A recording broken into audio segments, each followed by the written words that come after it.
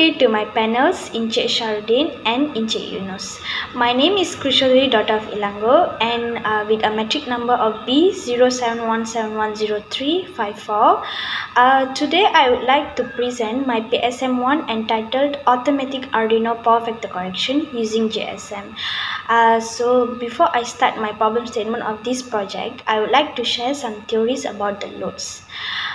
If the load is inductive, then the voltage will lead the current where the phase is positive. It means that the current builds up more slowly than the voltage. On the other hand, if the load is capacitive, it is said that the phase is a negative and the current conducts charge to the capacitor plates and raise the voltage.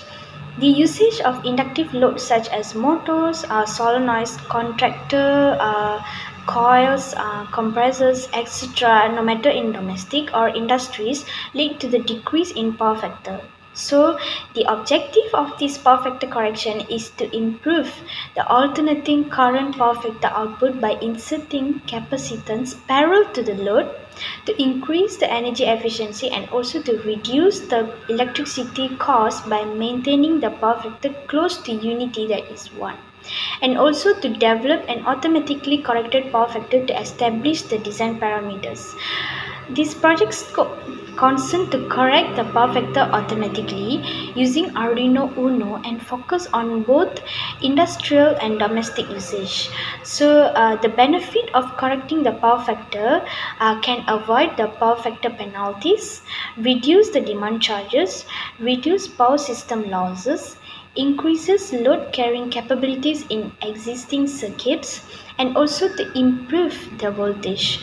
So this problem can be solved by adding a capacitor parallel to the load to compensate for the flow of reactive energy. This power factor correction capacitor act as reactive current generators where they will help to offset the non-working power used by the inductive loads, thereby the power factor. This project has both the hardware and software using Arduino. So I would like to elaborate more on the operation of this power factor correction circuit. So at first, we will be using two transformers, that is potential and current transformers. The purpose is to reduce the current and the voltage to a safe level that can be properly managed. So from there, the sine wave signal will be sent through the zero crossing detector circuit, which consists of operational amplifiers. The purpose is to change the sine wave into a square wave so that the Arduino can read the timing signal, which indicates high as 1 and low as 0 easily. So if there is timing signal, it's like, let's say if the wave is a square wave, then it will be more easier for the Arduino to read and give a good output. So the circuit will tend to measure the voltage, current, power and power factor and display on the LCD based on the coding applied. So from the LCD we able to see the power factor displayed. If the power factor is above 0.9, then there is no any correction will be done, but if say the power factor is less than 0.9, then there is a correction method that will be applied to correct the power factor. So in this circuit, there is a component called optocoupler is used as a relay in this circuit. It consists of Darlington transistor in the component, which will provide sufficient current gain to energize the relay coil.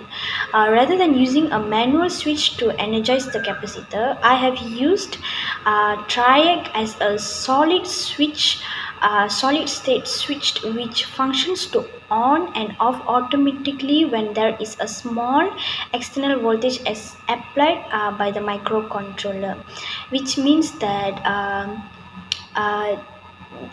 this switch does not need any human power to on the switches, so it will immediately on or off the operation if it observe any imbalance in the power factor. So the benefit of this switch is that it can operate faster than the electromechanical relays.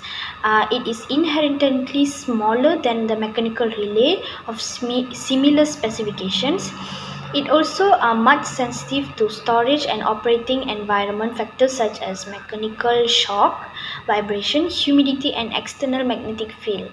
So I have used two capacitors. I have installed two capacitors in this circuit where the calculation is set in the coding to calculate the right power factor. I mean I have I need to I need to set a good formula so that the Arduino can calculate the right power factor. So we can also add the capacitor as much as we want, no matter, to correct the power factor parallel to the load. And when the capacitor have been included in the circuit, then another new power factor which has already been corrected will be displayed on the LCD. So I've also used GSM module. So if there is any decrease in power factor, there will be an alert message sent to the phone through the GSM module. So the component used in this project are a triac, voltage transformer, it also called as a potential transformer, a current transformer, resistor, transistor, capacitor, optocoupler, diode, operational amplifier, GSM module, LCD, and also Arduino. The expected result is if the power factor measured is equal and more than 0.9, then there are no correction to be done, and if the power factor is lower than 0.9, then the capacitor is quickly connected in parallel to the load. The corrected power factor will be displayed again after the correction. Before I forget, I would like to tell that I have researched 12 types of journal which is similar to my project, to help me in this project. So that's all from me, and thank you.